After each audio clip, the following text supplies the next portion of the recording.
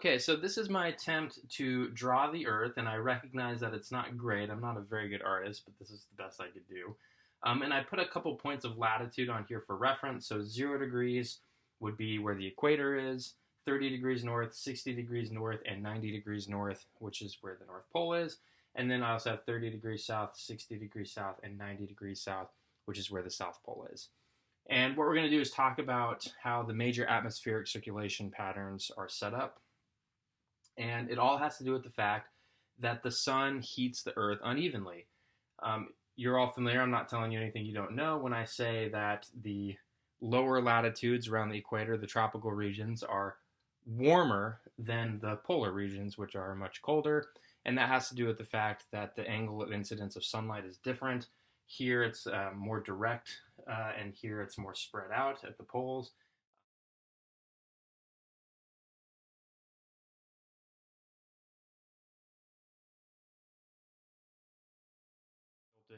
That causes this uneven heating, and the net effect of that is warmer here, cooler here. And so that's going to set up a global pressure difference where you have relatively low pressure at the equator and relatively high pressure at in the polar regions. The reason why cold air is higher pressure is because cold air molecules are much more tightly packed together, and the molecules are all bumping into each other, and that's a high pressure environment. As you warm air, the molecules vibrate faster and they occupy more space, and the molecules are more spread out, and so that's a lower pressure. Air always wants to move from high pressure to low pressure, and in my head, I like to think about this with people. I once spent New Year's Eve in Times Square, and it was one of the worst experiences of my life. I don't recommend anybody do it, but some people had a blast. It was definitely not for me. But what happens in Times Square, if you've ever been there yourself for New Year's Eve, or if you've watched it on the television, you see all those crowds of people, and they're all pinned into these areas by gates. And you're just basically like stuck there, pushed up against each other, very high pressure situation. The second they release those gates after the ball drops and the celebration's over, then all of a sudden the people kind of spread out because they're moving from a really high pressure situation all packed together to a low pressure situation where they spread out. So air molecules are the same, not to anthropomorphize them too much, but they're always going to move from high pressure to low pressure. And so what you're going to have is air wanting to move from the poles toward the equator. And what I'm going to do is diagram out what actually happens to the air as it does that. And first we're going to look at what would happen to the air if the Earth was not actually spinning. And then I'm going to draw what happens due to the Earth's spin. So let's start in the northern hemisphere first. And what I'm going to do is I'm going to draw the path of air, and we're going to see kind of what happens to it. So again, remember, we have relatively high pressure up here and relatively low pressure there, and so the air is always going to want to move from high pressure to low pressure. And so I'm going to draw the path of the air, and I'm going to kind of draw it. So this is two-dimensional, and I'm going to pretend that it's three-dimensional, and I'll show you how in just a second. But what happens is the air up here is going to start to move south toward the equator, right? It's going to move in that direction. So it's going to move toward the equator. However, it never actually makes it there because what's happening is as the air is traveling south, it's actually heating up. And what happens to air when it heats up? It expands and it rises, right? And so what happens is this air will start to rise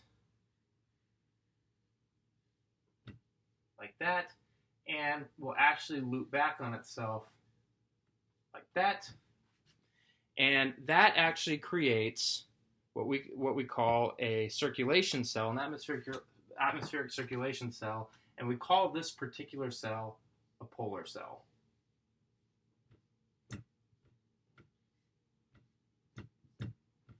Okay. I'm going to skip what happens between 60 degrees and 30 degrees for just a second, and we're going to go to 30 degrees north here, and there's still a heating difference between 30 degrees north and 0 degrees north. The equator is going to be a little bit warmer than here, and so there's still going to be a pressure difference, and so the same processes are going to occur where you're having air from here wanting to move to the equator, and as it moves toward the equator, it heats up, it'll rise, it'll loop back on itself to replace this air here, and that creates another atmospheric circulation cell, which we call a Hadley cell.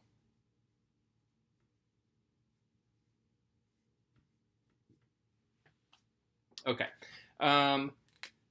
so these two circulation cells are basically set up because of the pressure differences created from the uneven heating of the Earth.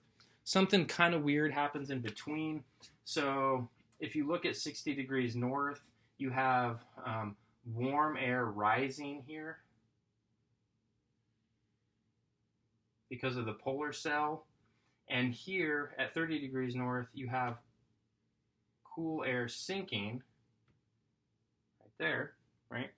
And so some of that air that sinks is going to be pushed toward the equator, but some of it is actually going to go this direction to replace the warm air rising here, and it's going to create a circulation cell that kind of has the opposite circulation of the polar cell and the Hadley cell.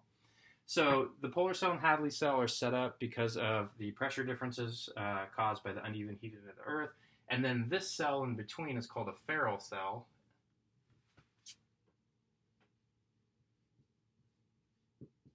And that is set up because of the actions of the polar cell and the Hadley cells. Okay, now the same thing happens in the southern hemisphere. And so I'm going to just draw that quick. You have, I'll use blue to keep the colors consistent. You have cool air coming here, coming this direction, never quite makes it, rises, loops back on itself. Then you have air here coming this direction, rises, loops back on itself, and then you have the opposite circulation happening here.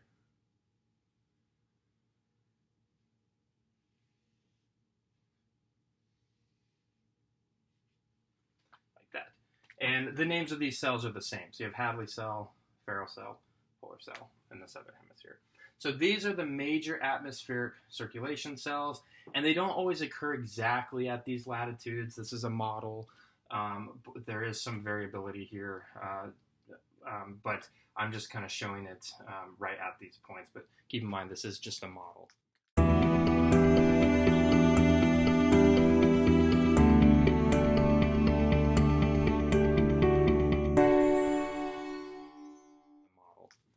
Okay, so if the Earth was not spinning, then that's sort of what would happen. But the Earth is spinning, and so then we have to consider Coriolis force. And I already talked about Coriolis force in the actual lecture, so I'm not going to go through it again, except to say, just remember that because of Coriolis force, objects moving in a straight line in the northern hemisphere will appear to be deflected to the right, and objects moving in a straight line in the southern hemisphere will appear to be deflected to the left. Okay, and that's because of Coriolis.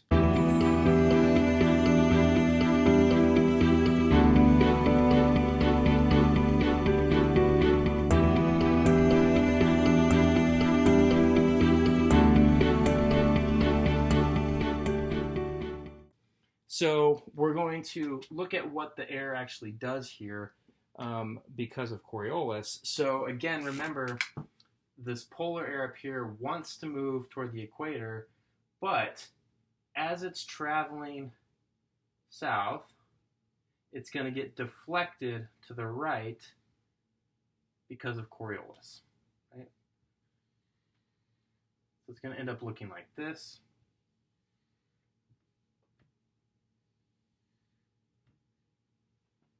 And so the actual wind patterns that you see are coming from the northeast, and they're going that direction.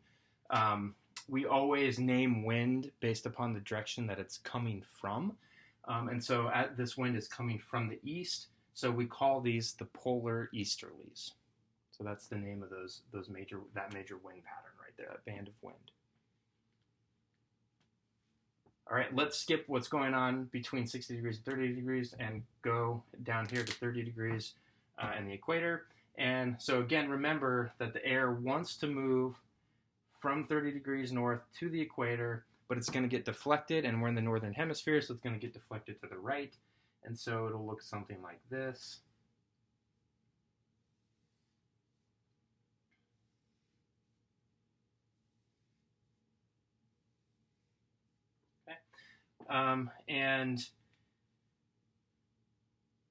So this sets up a major wind pattern, again, blowing from the east kind of toward the west, and those are called the equatorial easterlies. No, that would make too much sense. These are actually called the trade winds. And the reason that they're called the trade winds is because picture Europe over here and the Americas over here, and you're sailing a ship that's powered by wind. You can basically use this wind here to take you right across the Atlantic Ocean over to the Americas. That's why those are called the trade winds. Okay. All right, what's happening here? Well, now, because of the action of the polar cell and the Hadley cell, you actually have air going the opposite direction here. So it's going from 30 degrees north up to 60 degrees north here. And again, because of Coriolis, it's going to get deflected to the right. And so it'll look something like, let me get the right color, something like that.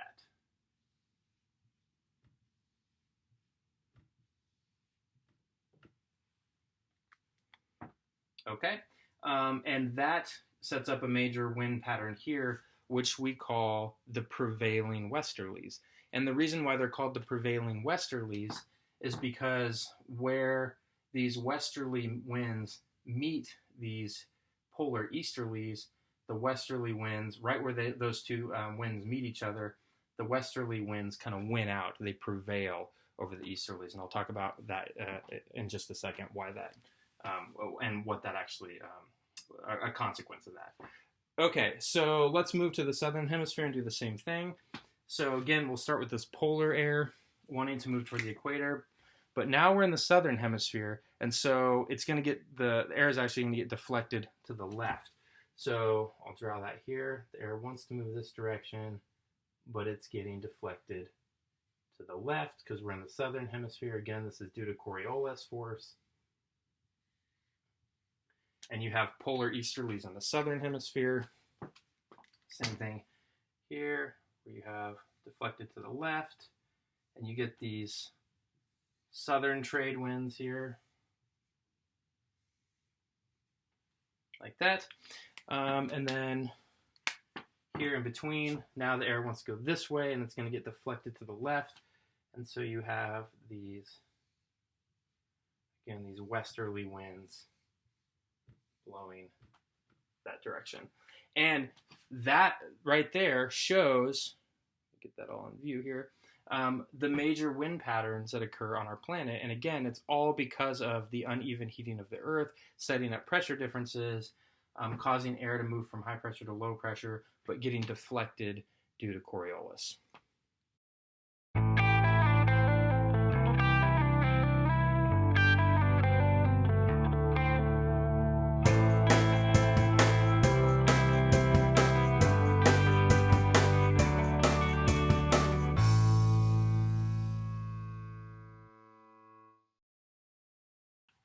Okay, so now let's look at some consequences of these wind patterns and circulation cells. So what's happening here, so picture that this is occurring over the ocean. And so you have these surface winds blowing in this direction here along the surface. So again, I tried to draw that off to the side here. That's sort of three-dimensional here. You have the winds blowing across the surface of the water. The air molecules are moving across the water. That's going to cause lots of evaporation. And so this air is basically picking up water this entire time. It's getting very, very, very moist. As that air then rises around the equator, the air is going to cool, and you're going to get lots of precipitation. It's going to lose that water, and so you're going to get lots of rain. And so where these trade winds actually converge, we call that the intertropical convergence zone. And that's an area that you can see from satellites, for example, from space, because you have basically a band of clouds where you have all of that precipitation occurring.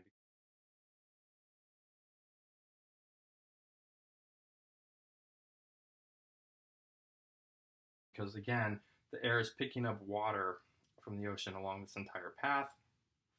The air then rises here, and it loses that water, so you get lots of precipitation here. And then by the time that air sinks again at 30 degrees north, it's lost all of its moisture, right? So it's very dry, sinking air. And so this intertropical convergence zone is also sometimes called the doldrums, because if you're sitting here, you have basically very erratic weather patterns, and ships would sometimes get stuck here if this interconvergence zone shifted north or south, which it does, and I'll talk about that again in just a second. And so you could have periods of very stormy weather, and then periods of very dry weather. So it's very erratic weather, and it's sometimes called the doldrums. Okay, I said here at 30 degrees north that by the time this air makes it back up to 30 degrees north, it will have lost a lot of that moisture. And so you have this dry, sinking air here. And so dry means not a lot of water, right? Not a lot of precipitation. And then look at the surface winds here. You have diverging winds. So right here at around 30 degrees north, there's very little wind. So it's very little wind, very dry. If you're a ship on the ocean and you get stuck here, you can get stuck there for a long period of time if you're powered by wind, right? That's not a problem today, but historically, when ships were wind powered. So ships would get stuck here, and there's not a lot of rainfall because of that dry air. And so what would happen is this is basically bad news if you're caught in that situation. 30 degrees north and 30 degrees south, we refer to these as the horse latitudes. And the reason for that is I'm not 100% sure of what I was told, and it sounds like a good story. I don't know how true it is that when ships would get stuck here and they had livestock on them, like horses, for example, they'd get stuck here, and then rather than let the horses basically die of thirst, dehydration, because there wasn't enough water to give to the people on the boat as well as the animals, they would basically throw the horses overboard to spare them. It was considered a sort of a merciful way of getting rid of them versus letting them just dehydrate. So that's why those are called the horse latitudes. Now, again, I don't know how true that actually is, but it makes for a good story. And it sort of, if you can kind of remember that, you can remember like, oh yeah, the horse latitudes where you have that dry, sinking air and diverging winds, so very little wind activity. All right, let's look at what happens here when these prevailing westerlies meet these polar easterlies. So here you have relatively warm wind, right, because it's coming from the south, meeting very cold air coming from the poles. And so there's going to be a very strong pressure difference right where those two winds are meeting. And what happens again is, remember that air will want to move from high pressure, so the cold, to low pressure. So what happens is these easterly winds will basically shift direction right where the prevailing westerlies meet, and they'll chase the westerlies like that. And this creates a very strong wind pattern, and we call that the jet stream. So the jet stream is basically where the prevailing westerlies meet the polar easterlies, and it's a band of extremely strong winds due to those really strong pressure differences between the polar easterlies and the prevailing westerlies.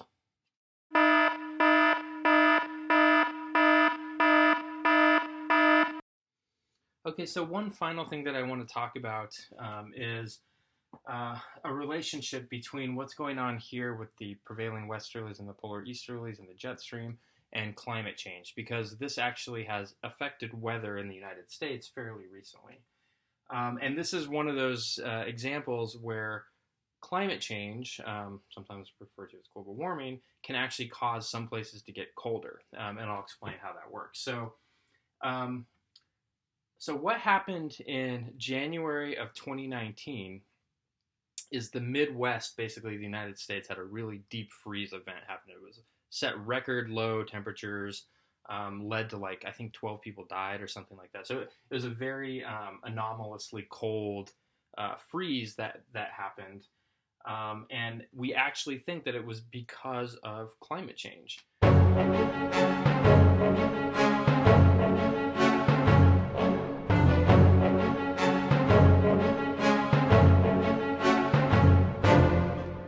So what happens here is because you have really strong pressure differences between the polar easterlies and the prevailing westerlies, the colder the wind is coming from the poles and the warmer the wind is coming from the westerlies, the stronger that pressure difference is.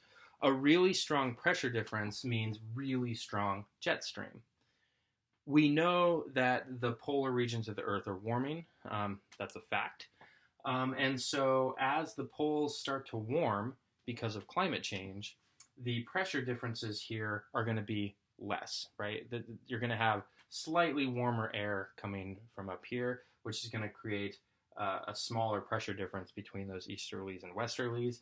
And so the jet stream will weaken. What happens when a fluid has a really strong flow? It doesn't meander very much. Like a really strong flowing fluid doesn't meander. A weak flowing fluid tends to meander a lot more. And in January of 2019, what happened was the jet stream meandered pretty far south, a lot further south than what we're used to. And what that did was that brought this so-called polar vortex, this really cold polar air, over the Midwest of the United States and caused that deep freeze event. So this was an event that was actually caused by climate change. And it's one of those cases where unless you understand how atmospheric circulation patterns work, which a lot of people don't because it's not easy stuff. I mean, this is fairly complicated stuff. A lot of people don't understand how these circulation patterns work. And so it can be very confusing to say this region became a lot colder because of climate change. Well, I thought climate change was supposed to make the Earth warmer. Well, globally, average temperatures, that's true, but you can also have these more localized effects where areas get a lot colder, and that's a really perfect example. Even the leaders of our country don't necessarily understand the system, and you can see tweets and things from our leaders during this deep freeze event that basically called climate change a hoax or made fun of it, but when in fact this was actually caused directly by climate change.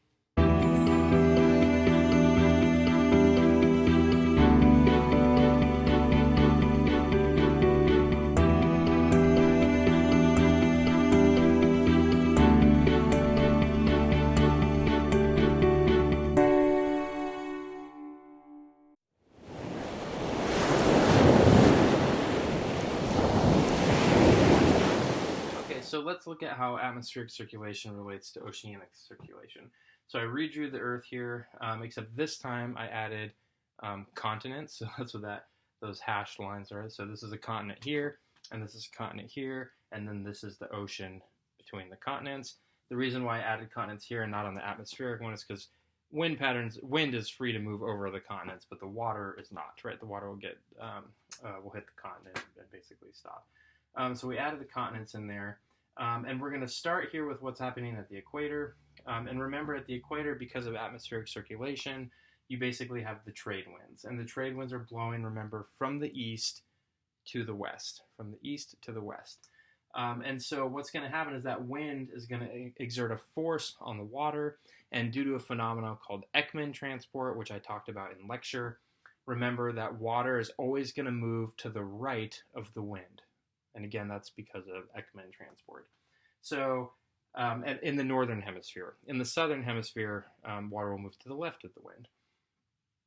Okay, so the wind is blowing this way, which means that the water, because of Ekman transport, is going to want to move this direction.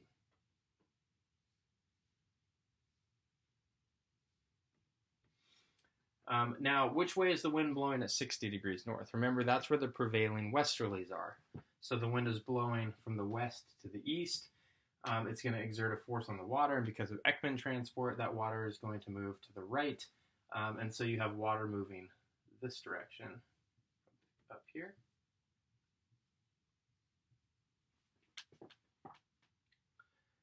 Okay.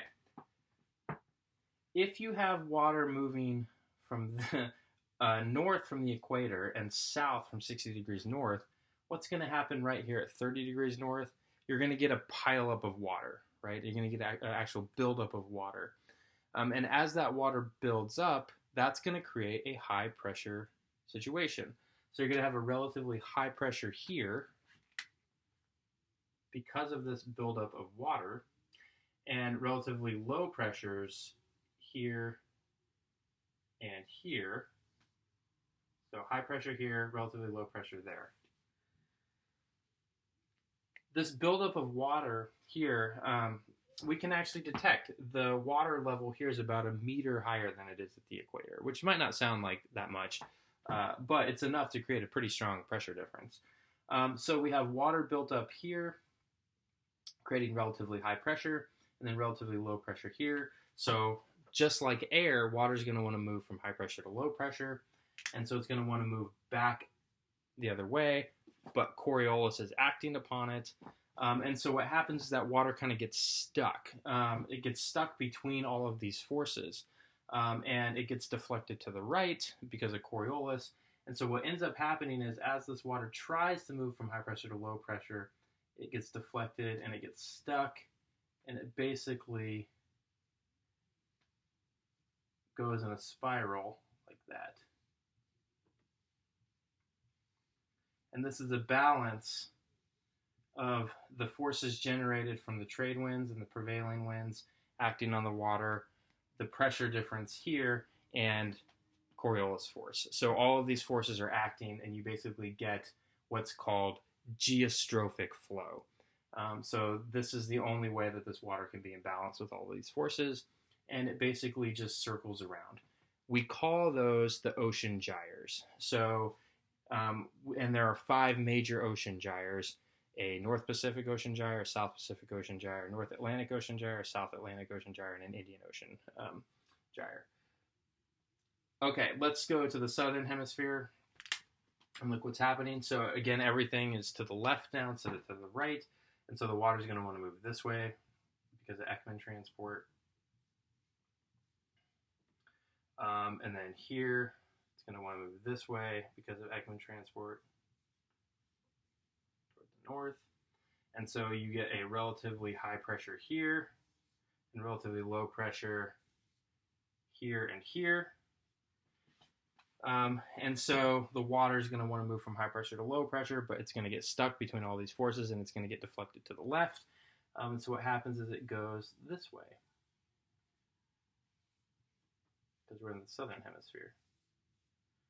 And so this would be a southern gyre rotating in that direction.